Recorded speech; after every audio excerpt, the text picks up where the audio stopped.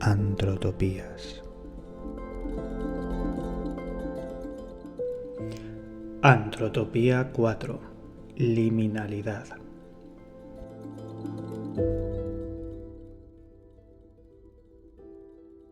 Hola, bienvenidos al cuarto capítulo de Antrotopías. Soy Rubén Ballesteros y hoy vamos a hablar sobre la liminalidad. ¿Pero qué es la liminalidad?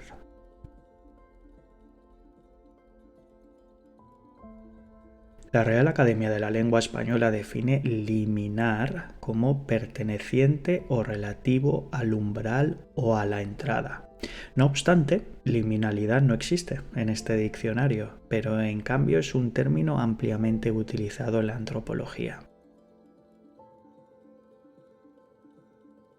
A la luz de la definición anterior podríamos decir que la liminalidad sería la propiedad de estar en el umbral. La liminalidad es un concepto, como ya hemos dicho, fundamental en antropología y se refiere a un estado de transición o umbral en el que los individuos o grupos se encuentran en un espacio liminal, fuera de las estructuras sociales y normas establecidas. Este concepto se origina en el trabajo del antropólogo Victor Turner, que fue un influyente antropólogo británico conocido por su profundo estudio de los rituales, los símbolos y los procesos de cambio cultural en diversas sociedades. Su obra más destacada se centra en la teoría de los rituales de paso y el concepto de liminalidad, que desarrolló a partir de su extenso trabajo de campo en África y otras regiones del mundo. Aquí surge un concepto clave relacionado con la liminalidad y es el de los ritos de paso. ¿Qué son los ritos de paso? Son ceremonias que marcan y facilitan la transición de un individuo o grupo de un estado social o rol a otro. Estos ritos tienen un profundo significado simbólico y psicológico y se encuentran presentes en prácticamente todas las sociedades humanas, desde las más antiguas hasta las contemporáneas. Los ritos de paso suelen seguir una estructura de 3 fases, como propuso Arnold van Gennep en su obra Los ritos de paso, publicada en 1909, que posteriormente Victor Turner desarrolló. Vamos a hacer una pausa y a pensar en un ejemplo. Piensa en una boda, la celebración de una boda tradicional, ya sea religiosa o civil. Yo os hablo desde España, con lo que el ejemplo que tengo en mente hace referencia a la ritualidad de las bodas de aquí, pero seguro que si estás en otra parte del mundo la ritualidad no dista mucho de la que yo voy a explicar aquí. Con este ejemplo en mente, vamos a analizar la estructura de un rito de paso que consta, como decíamos, de 3 fases principales.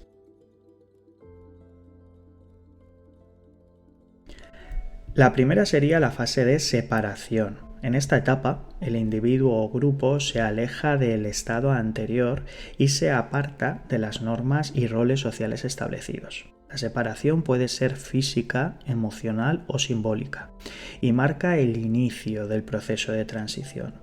Aquí podríamos pensar en los preparativos de la boda, en toda esa ritualidad que conlleva la separación de los novios, que cada uno vaya con su familia, que el novio no pueda ver a la novia hasta el momento del enlace, etc. Fijaros cómo el rito está marcando el comportamiento y el significado de las acciones de cada uno de los agentes que participan en esta interacción y cómo, al hilo de lo que explicábamos en el capítulo anterior sobre cultura, se ponen en juego toda una suerte de reglas y significados acordes a esa fase del ritual.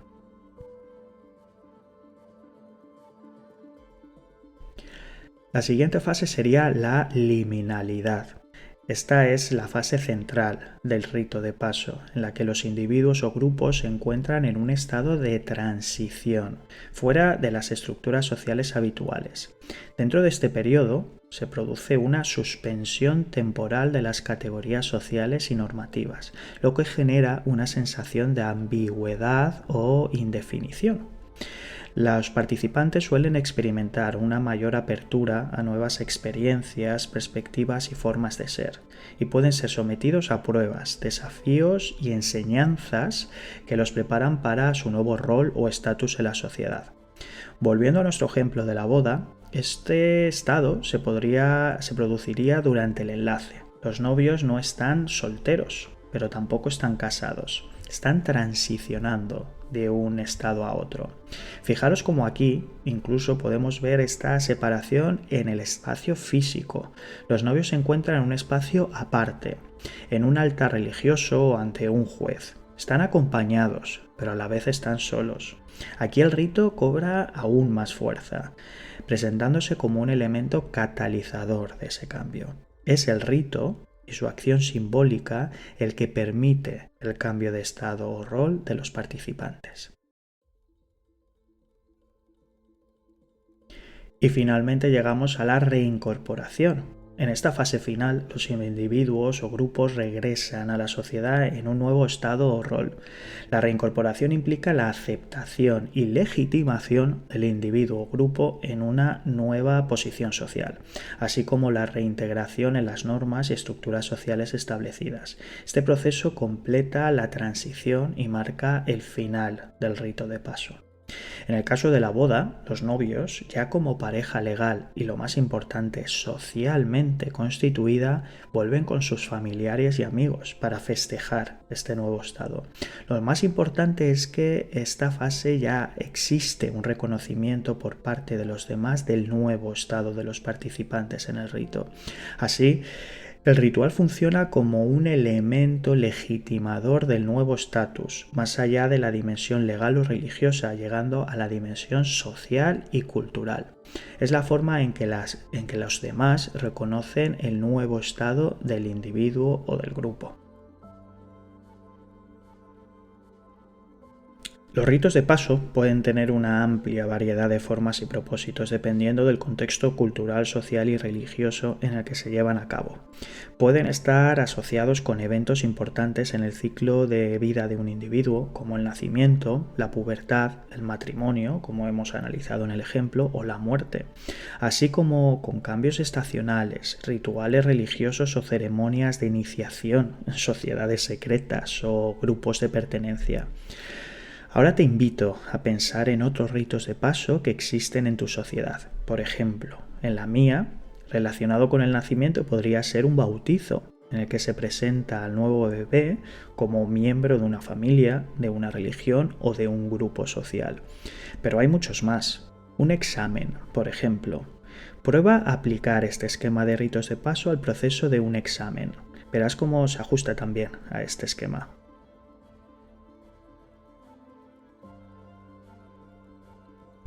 Con esto lo que quiero despertar en ti es la capacidad de detectar esos ritos de paso que nos rodean y así poder entender con mayor profundidad qué está pasando a tu alrededor en ese momento. Te invito a que cuando veas que algo que está sucediendo puede ajustarse a este esquema, analices cada una de las fases y cómo los participantes están aplicando un conjunto de reglas para guiar la acción y dar significado a lo que está ocurriendo. Verás cómo de repente lo que está sucediendo cobra una nueva dimensión y lo puedes analizar con mayor profundidad.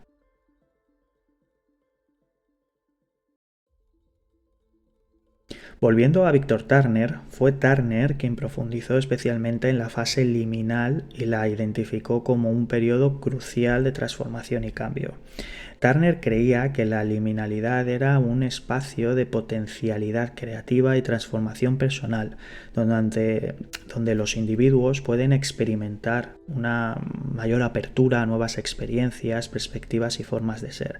Este periodo de transición era visto como una oportunidad para la reflexión y la renovación de la identidad individual y colectiva. El trabajo de Turner sobre los rituales de paso y la liminalidad ha tenido una gran influencia en la antropología y los estudios culturales, así como en disciplinas como la sociología, la psicología o la teoría literaria. Su enfoque en la importancia de los rituales como mecanismos para negociar el cambio social y la transformación personal ha proporcionado una base teórica sólida para comprender una amplia gama de fenómenos culturales y sociales en diferentes contextos históricos y culturales. ¿Y por qué he querido dedicar un capítulo a este concepto? Pues porque creo que la liminalidad es un concepto crucial para entender al otro. Como he comentado antes, existe una infinidad de contextos en los que podemos aplicar el esquema de los ritos de paso y así detectar la liminalidad. Vamos a analizar un ejemplo concreto, el ejemplo de un enfermo de cáncer, aunque se podría extender a cualquier contexto de enfermedad. Empecemos analizando cada una de las fases por las que pasa un enfermo. Al principio se encuentra mal, va detectando toda una serie de síntomas, acude al médico, este le manda unas pruebas, espera los resultados. Las pruebas no son concluyentes, le derivan a otro especialista. Más pruebas, más análisis, más espera. Como veis, todo este proceso se adapta bien a la primera fase del rito, en el que la persona sufre una separación, en la que está siendo separado de su estatus de persona sana a la espera de aclarar cuál es su nuevo estado. Se confirma el diagnóstico y en ese momento empieza el proceso liminal. Es ahí cuando entra en el estado de enfermo, que podríamos decir que es un estado liminal de salud. Está en el umbral de la salud, fuera de lo que se concibe socialmente como una persona sana. ¿Por qué quiero destacar esto? Porque aquí empiezan toda una suerte de transformaciones para el enfermo. En el contexto del cáncer, por ejemplo, existe un grave impacto psicológico. La persona tiene que hacer frente primero a un proceso de aceptación y después afrontar el miedo que conlleva enfrentarse a la posibilidad de morir. Además, este nuevo estatus afecta a otras dimensiones más allá de su identidad. Laboralmente puede ser apartado de su trabajo, con todo lo que ello conlleva, para una sociedad en la que los individuos son elementos productivos y su capacidad de producción es lo que le da valor en la sociedad. Su cuerpo se va a convertir en un símbolo de la enfermedad, haciendo visible y palpable ese estado liminal, convirtiéndose en muchos casos incluso en un estigma. Como veis, la liminalidad afecta en muchos aspectos y ser capaces de entender ese proceso puede llevarnos a entender mejor todo lo que está viviendo esa persona y así acompañarla durante ese proceso desde su punto de vista y no desde el nuestro. Pero la enfermedad final remite y con ello empieza el proceso de reincorporación. El enfermo tiene que adquirir de nuevo el estatus de persona sana, recuperando su aspecto físico, su trabajo, su rutina normal, etc. O puede que la enfermedad se cronifique, con lo que el estado liminal se alargará indefinidamente. Es importante entender que la liminalidad es más que una fase en un proceso, es un estado en sí. Normalmente la liminalidad es algo incómodo para nosotros, incluso la antropología se mueve con dificultades en estos estados liminales. No somos capaces de analizar correctamente las realidades sociales a las que no podemos aplicar categorías de forma clara. ¿Os acordáis del proceso de categorización del que hablábamos en la antrotopía sobre la diversidad y el relativismo? La liminalidad desafía ese proceso de categorización y es por eso por lo que creo que es tan importante entenderla y entrenarnos, si me permitís utilizar este verbo, para ser capaces de detectarla, porque así sabremos que seguramente nuestro proceso de categorización va a encontrar dificultades y por tanto nos va a ser mucho más difícil entender esa realidad. Así, si entendemos nuestras dificultades de categorización a la hora de enfrentarnos a ese contexto, seguramente seremos capaces de acercarnos a ella con menos prejuicios y de una forma más abierta, para así desbloquear esa empatía a que siempre cito en estas antrotopías. Ahora os invito de nuevo a analizar la realidad que os rodea. ¿Podéis detectar estados liminales? Por ejemplo, en la sociedad que me rodea se me ocurren varios. El estado de un migrante que se está intentando integrar en una nueva sociedad. El de un homosexual que queda en los límites de la normatividad de género. El de los pueblos que sufren la despoblación debido a la migración a grandes núcleos urbanos. ¿Veis? La liminalidad nos rodea de muchas formas y entenderla y entender cómo reaccionamos ante ella nos puede hacer más empáticos y abiertos a los demás.